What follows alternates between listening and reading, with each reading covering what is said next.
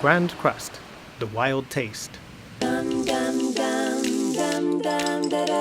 Today we're going to make piquillo peppers stuffed with shrimp scramble. To make this recipe for 4 people, you'll need 1 bag of peeled red shrimp, 200 grams Grand Krust, 2 eggs, 4 piquillo peppers, 1 clove of garlic, parsley, olive oil, salt, and 4 slices of bread. Heat a lug of olive oil in a pan. When it's hot, sauté the shrimp.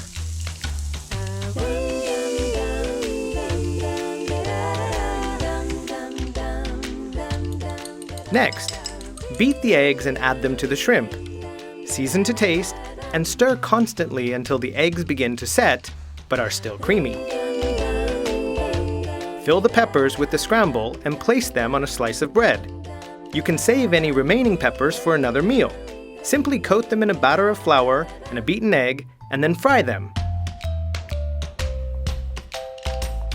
Put some olive oil, garlic, and parsley in a food mixer and blend. You're almost finished. Simply add the sauce and serve. Enjoy!